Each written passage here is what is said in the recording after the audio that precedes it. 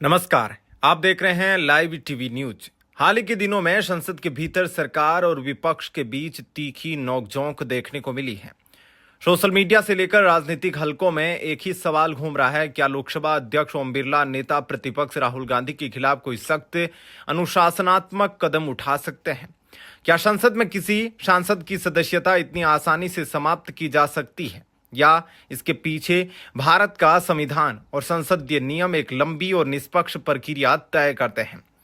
आज की इस विशेष रिपोर्ट में हम बिना किसी पक्षपात के नियमों और संवैधानिक प्रावधानों के आधार पर इस पूरे विवाद का गहराई से विश्लेषण करेंगे। इस पूरे विवाद को समझने के लिए हमें संसद के पिछले कुछ सत्रों की कार्रवाई पर नजर डालनी होगी। संसद के भीतर नेता प्रतिपक्ष के रूप में राहुल गांधी ने बेरोजगारी, आर्थिक मुद्दों और सरकारी नीतियों पर तीखे सवाल खड़े किए हैं। दूसरी ओर सत्ता पक्ष का आरोप है कि भाषणों के दौरान कई बार ऐसे दावे और आरोप लगाए गए जो तथ्यों पर आधारित नहीं थे। सत्ता पक्ष का कहना है कि नियमों के तहत बिना पुख्ता प्रमाण या पूर्व सूचना के सदन में ऐसे गंभीर आरोप नहीं लगाए जा सकते। इसी खींचतान के बीच लोकसभा अध्यक्ष यानी स्पीकर ओम बिरला ने बार बार सदस्यों को याद दिलाया कि सदन की गरिमा और मर्यादा सर्वोपरि है। जब भी भाषणों के दौरान नियमों का उल्लंघन होता है या संसदीय भाषा का प्रयोग होता है तो स्पीकर के पास अनुशासनात्मक अधिकार होते हैं। इसी वजह से राजनीतिक माहौल में यह सवाल जोर पकड़ने लगा है। अब आइए समझते हैं कि संसद के नियम किसी सांसद के आचरण और उसकी सदस्यता को लेकर क्या कहते हैं। पहला, सदन में अनुशासन और निलंबन। लोकसभा की नियम पुस्तिका के अनुसार यदि कोई सदस्य पीठ का अनादर करता है या सदन की कार्रवाई में लगातार बाधा डालता है तो स्पीकर के पास उन्हें निलंबित करने का अधिकार होता है। नियम 373, इसके तहत स्पीकर किसी सदस्य को उस दिन के लिए सदन से बाहर जाने का निर्देश दे सकते हैं। नियम 374 और 374A, यदि कोई सदस्य लगातार नियमों का उल्लंघन करता है तो उसे सत्र के विशेष समय के लिए निलंबित किया जा सकता है। दूसरा, विशेषाधिकार हनन। यदि यह माना जाता है कि किसी सदस्य के बयान से संसद की गरिमा को ठेस पहुंची है या सदन को गुमराह किया गया है तो सत्ता पक्ष विशेषाधिकार हनन की नोटिस दे सकता है।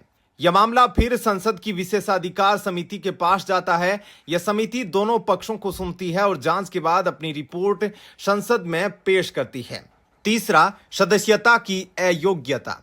जहां तक सदस्यता रद्द होने का सवाल है, भारत के संविधान के अनुच्छेद 102 और जन प्रतिनिधित्व अधिनियम 1951 के तहत किसी सांसद की सदस्यता केवल कुछ विशेष परिस्थितियों में ही समाप्त हो सकती है। यदि उसे किसी अदालत द्वारा 2 वर्ष या उससे अधिक की सजा सुनाई गई हो, यदि वह लाभ का पद धारण करता हो या दल बदल कानून के तहत अयोग्य घोषित किया जाए। इस पूरे मुद्दे पर देश के राजनीतिक विश्लेषकों और दोनों धड़ों के अपने अपने तर्क हैं। सत्ता पक्ष और स्पीकर का दृष्टिकोण। सत्ता पक्ष का स्पष्ट कहना है कि लोकतंत्र में बोलने की आजादी है, लेकिन संसद की एक तय प्रक्रिया और मर्यादा भी होती है। बिना प्रमाण के आरोप लगाना या सदन के नियमों का पालन न करना लोकतांत्रिक परंपराओं के खिलाफ है। उनका मानना है कि स्पीकर का काम नियमों का पालन कराना और सदन का अनुशासन बनाए रखना है। विपक्ष और कांग्रेस की दलील। दूसरी तरफ कांग्रेस और अन्य विपक्षी दलों का तर्क है कि लोकसभा में विपक्ष की मुख्य भूमिका सरकार की नीतियों पर सवाल उठाना और जनता की आवाज बनाना है। उनका आरोप है कि जब भी विपक्ष कड़े सवाल पूछता है तो दबाव बनाने और आवाज दबाने के लिए अनुशासनात्मक कार्रवाई का हवाला दिया जाता है। संक्षेप में कहे तो किसी भी लोकतांत्रिक व्यवस्था में संसद की मर्यादा बनाए रखना जितना आवश्यक है उतना ही जरूरी विपक्ष को अपनी बात रखने का अधिकार देना भी है। किसी भी सांसद पर अनुशासनात्मक कार्रवाई या अयोग्यता का फैसला किसी निजी राय से नहीं बल्कि संविधान और तय कानूनी प्रक्रियाओं के तहत ही होता है। आपकी इस विषय पर क्या राय है? क्या संसद में तीखी बहसों के दौरान संयम और मर्यादा प्राथमिक होनी चाहिए या विपक्ष के आक्रामक तेवर लोकतंत्र की जरूरत है? अपनी राय कमेंट सेक्शन में जरूर लिखकर बताएं। अगर आपको यह निष्पक्ष और तथ्यात्मक विश्लेषण पसंद आया हो तो इस वीडियो को लाइक करें, दोस्तों के साथ शेयर करें और ऐसे ही गहराई से समझाई गई रिपोर्ट्स के लिए हमारे चैनल को सब्सक्राइब करना न भूलें।